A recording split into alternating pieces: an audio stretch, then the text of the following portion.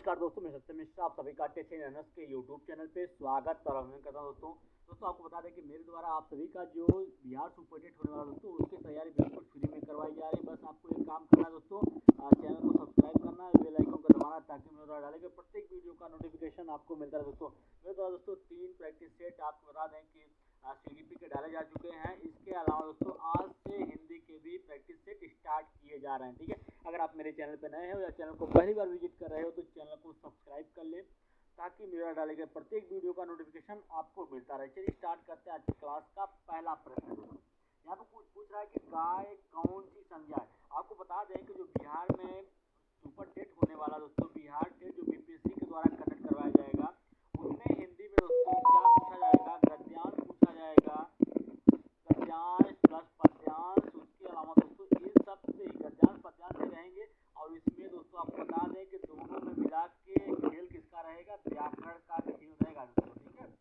व्याकरण का खेल होने वाला है दोनों को मिला के। दोस्तों व्याकरण से रिलेटेड मेरे द्वारा प्रैक्टिस सेट तैयार किया गया है। चलिए स्टार्ट करते हैं आज की क्लास का पहला प्रश्न कि गाय कौन सी संज्ञा है। गाय में कौन सी संज्ञा है। गाय में जातिवाचक संज्ञा है, व्यक्तिवाचक संज्ञा, जातिवाचक संज्ञा, भाववाचक या द्रव्यवाचक। सबसे पहले आपको पता होना चाहिए संज्ञा क्या होती है। संज्ञा किसी व्यक्ति, वस्तु या स्थान के नाम का जो बोध कराए वही क्या कहलाती है, संज्ञा कहलाती है। तो दोस्तों आप बता दें कि व्यक्तिवाचक संज्ञा क्या होती है। जो किसी व्यक्ति, वस्तु या स्थान के, व्यक्तिवाचक संज्ञा जो होती है जो किसी व्यक्ति, वस्तु या स्थान के नाम का बोध कराए वो क्या कहलाती है, व्यक्तिवाचक संज्ञा कहलाती है। जैसे राम, गंगा, पटना। जैसे यहाँ पे लिख दिया जाए राम, गंगा, पटना, तो तीनों दोस्तों ही क्या हैं, आपके व्यक्तिवाचक संज्ञा हैं। ठीक है, जो किसी व्यक्ति, वस्तु या स्थान के नाम का बोध कराए वो व्यक्तिवाचक संज्ञा कहलाती है। और सेकंड है जातिवाचक संज्ञा।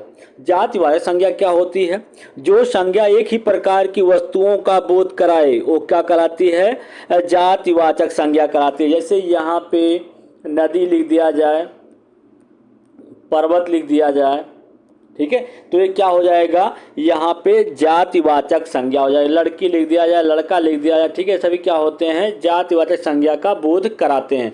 तो यहाँ पे दोस्तों गाय है, तो गाय में क्या है, जातिवाचक संज्ञा। इस प्रश्न का राइट जवाब क्या होगा, ऑप्शन नंबर सेकंड इसका राइट जवाब हो जाएगा।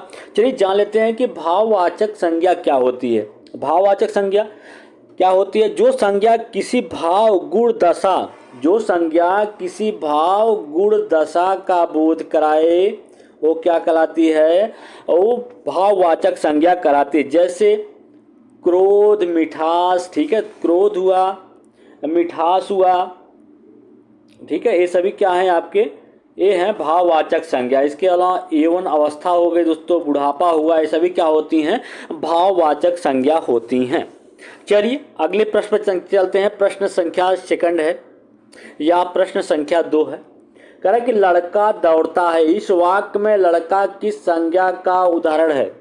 लड़का दौड़ता है, इसमें लड़का जो है वो किस संज्ञा का उदाहरण है, जातिवाचक, व्यक्तिवाचक, भाववाचक या समूहवाचक। तो लड़का दौड़ता है, इसमें जो लड़का दोस्तों क्या दिखा रहा है, एक ही जाति को दिखा रहा है। जो संज्ञा एक ही जाति के वस्तुओं का बोध कराए, जैसे लड़का जाति, लड़का मतलब लड़का जाति का बोध कराता है, और लड़की होता तो लड़की जाति का बोध कराता, ठीक है, पर्वत होता तो पर्वत जाति का बोध करवाता। तो यहाँ पे दोस्तों आपको बता दें कि लड़का जाति का बोध करवा रहा है, तो इसलिए यहाँ पे क्या होगा, जातिवाचक संज्ञा होगा। ठीक है, जो संज्ञा किसी व्यक्ति, वस्तु या स्थान का नाम को बोध कराती है वो क्या होती है, व्यक्तिवाचक संज्ञा। जो संज्ञा किसी व्यक्ति या वस्तु का के भाव तथा गुण व दशा का बोध कराती है वो क्या कहलाती है, भाववाचक संज्ञा कहलाती है। ठीक है, चलिए अगले प्रश्न, प्रश्न संख्या 3 है कि निम्नलिखित में से किस विकल्प में सभी शब्द भाववाचक संज्ञा के हैं। इसमें से कौन सा समूह ऐसा दिया गया है जिसमें सभी क्या हैं, भाववाचक संज्ञा। दोस्तों आप सभी को पता है कि भाववाचक संज्ञा होती क्या है, जो संज्ञा किसी भाव, गुण, दशा आदि का बोध कराए वो क्या कहलाती है, आपकी भाववाचक संज्ञा कहलाती है। जैसे यहाँ पे मिठास लिख दिया जाता, मिठास, बुढ़ापा, ठीक है, और क्रोध, ये सभी क्या हो जाते हैं यहाँ पे भाववाचक संज्ञा के एग्जाम्पल हैं। ठीक है, तो इसमें किस ऑप्शन में सभी क्या हैं, भाववाचक संज्ञा के उदाहरण। जैसे यहाँ पे दोस्तों रसीला, कड़वाहट, बुढ़ापा, उन्नति सभी क्या हैं आपके भाववाचक संज्ञा के उदाहरण। इस प्रश्न का राइट जवाब ऑप्शन नंबर 3 होगा। चलिए अगले प्रश्न में, प्रश्न संख्या 4 है दोस्तों। संज्ञा के बदले आने वाले शब्द क्या करते हैं? वे शब्द जो संज्ञा के स्थान पे प्रयोग किए जाते हैं या उसके स्थान पे आते हैं वो क्या कहलाते हैं? सर्वनाम कहलाता है। क्या कहलाता है? सर्वनाम। संज्ञा के स्थान पे प्रयुक्त होने वाले शब्द क्या कहलाते हैं? सर्वनाम कहलाते हैं दोस्तों। ठीक है, तो इस प्रश्न का राइट जवाब क्या हो जाएगा? ऑप्शन नंबर फर्स्ट होगा। विशेषण, वे शब्द जो संज्ञा और सर्वनाम की विशेषता बतलाते हैं वो क्या कहलाते हैं? विशेषण शब्द कहलाते हैं। चलिए अगले प्रश्न पे, प्रश्न संख्या 5 है दोस्तों। बोलने वाले के लिए जिन सर्वनामों का प्रयोग होता है उन्हें क्या कहते हैं? बोलने वालों के लिए जिन सर्वनाम का प्रयोग होता है उसे क्या कहते हैं? उत्तम पुरुष, मध्यम पुरुष, अन्य पुरुष या इसमें से कोई नहीं। तो बोलने वालों के लिए जिन सर्वनाम का प्रयोग होता है उन्हें क्या कहते हैं? उत्तम पुरुष संज्ञा सही या उत्तम पुरुष सर्वनाम कहा जाता है। ठीक है, चलिए अगले प्रश्न, प्रश्न संख्या 6 दोस्तों, कि प्रत्यय जुड़ते हैं। प्रत्यय जो है वो कहाँ पे जुड़ते हैं? प्रत्यय के होता क्या दोस्तों? प्रत्यय वे शब्द होते हैं जो किसी शब्द के अंत में जुड़ के उसका अर्थ परिवर्तित कर दे, वो क्या कहलाते हैं? प्रत्यय कहलाते हैं। तो इसमें से कौन सा आपका राइट जवाब हुआ?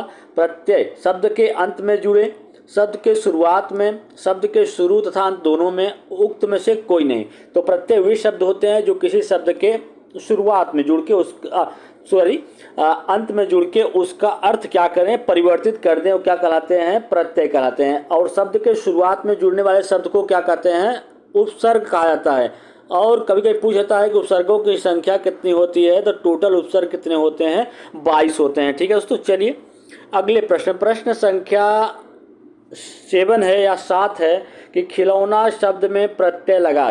खिलौना में कौन सा प्रत्यय लगा हुआ है? ना, ओना या औना या ऊना। तो खिलौना में दोस्तों कौन सा प्रत्यय लगा हुआ है? औना प्रत्यय लगा हुआ है। ठीक है, इस प्रश्न का राइट जवाब ऑप्शन नंबर 3 हो जाएगा।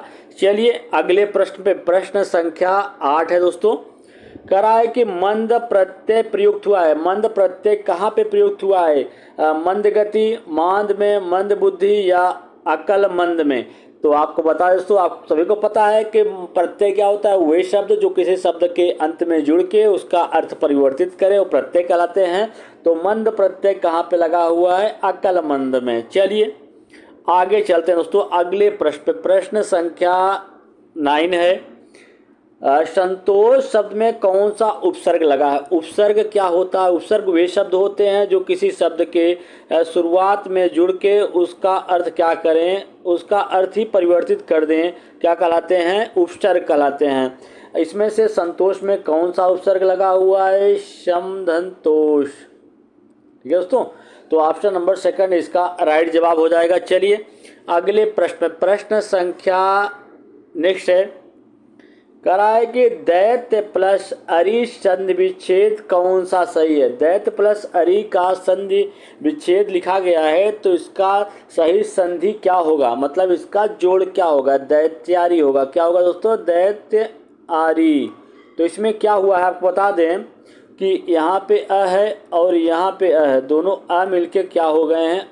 आ का निर्माण हुआ है। ठीक है, तो यहाँ पे दोस्तों क्या हो जाएगा? दैत्यारी हो जाएगा। तो इस प्रश्न का राइट जवाब क्या है? ऑप्शन नंबर 3 इसका राइट जवाब है। चलिए अगले प्रश्न पे, प्रश्न संख्या क्या है? 11 है दोस्तों, कि अंतर्निहित शब्द का संधि विच्छेद क्या होगा? अंतर्निहित शब्द का अगर हम संधि विच्छेद करते हैं तो क्या होगा? अंतः प्लस निहित या अंतर्निहित या अंतर्निहित या अंतर्निहित।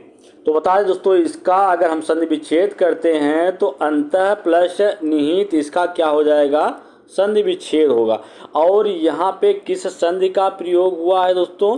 विसर्ग संधि का प्रयोग हुआ है, क्योंकि यहाँ पे विसर्ग चिन्ह के बाद यहाँ पे दोस्तों अगर आपका स्वर या व्यंजन आ जाए तो वहाँ पे क्या होता है? विसर्ग संधि होती है। तो इस प्रश्न का राइट जवाब ऑप्शन नंबर 1 है। चलिए अगले प्रश्न पे, प्रश्न संख्या 12 है। वह कौन सा समास है जिसका उत्तर पद प्रधान होता है किंतु प्रथम और द्वितीय पद की विशेषता बतलाता है? प्रथम पद जो है द्वितीय पद की विशेषता बता। समास का अर्थ क्या होता है? समास का अर्थ होता है संक्षेप होता है, और समास जो होता है मुख्यतः 6 प्रकार के होते हैं दोस्तों, और जिसका उत्तर पद प्रधान हो किंतु प्रथम पद द्वितीय पद की विशेषता बताए, वहाँ पे क्या हो जाता है, कर्मधारय समास हो जाता है। ठीक है दोस्तों, तो या आपको कर्मधारय समास पहचानने का एक नियम बता दें, अगर आपको कोई शब्द दिया है, अगर उसका विखंडन करने पर उसके बीच में है जो या के समान शब्द आ जाए तो वहाँ पे क्या हो जाएगा, वहाँ पे कर्मधारय समास होगा। चलिए अगले प्रश्न पे, प्रश्न संख्या 13 है दोस्तों, कि विपरीत शब्द का विलोम क्या होगा। विलोम मतलब उल्टा क्या होगा, अनुकूल, प्राकृतिक, उल्टा, प्रतिकूल। तो विलोम शब्द यहाँ पूछ रहा है, विपरीत का उल्टा क्या होगा, अनुकूल होगा। इसका राइट जवाब ऑप्शन नंबर फर्स्ट है। और प्राकृतिक का उल्टा दोस्तों क्या होता है, कृत्रिम होता है। ठीक है, क्या होता है, कृत्रिम होता है। और उल्टा का उल्टा क्या होता है, सीधा होता है। जैसे राजा का उल्टा क्या होता है, रंक होता है। ठीक है, दिन का उल्टा रात होती है। ठीक है, इसी तरीके से विष का अमृत होता है। इसी तरीके से दोस्तों विपरीत का उल्टा क्या होता है, अनुकूल होता है। चलिए आगे चलते हैं प्रश्न संख्या नेक्स्ट पे दोस्तों। प्रश्न संख्या 14 है, विलोम शब्द की दृष्टि से अनुचित युग्म पहचानना है। बद का विलोम नेक होता है, बिल्कुल सही। दुष्चरित का निश्चरित नहीं होता, बल्कि दुष्चरित का सचरित होता है दोस्तों। और विस्तृत का संक्षिप्त होता है, मधुर का कटु होता है। ठीक है, तो इस प्रश्न का राइट जवाब क्या हो जाएगा, ऑप्शन नंबर सेकंड हो जाएगा। दोस्तों आज के इतना ही। अगर आपको मेरा वीडियो अच्छा लगे तो लाइक शेयर और सब्सक्राइब दोस्तों जरूर करिएगा।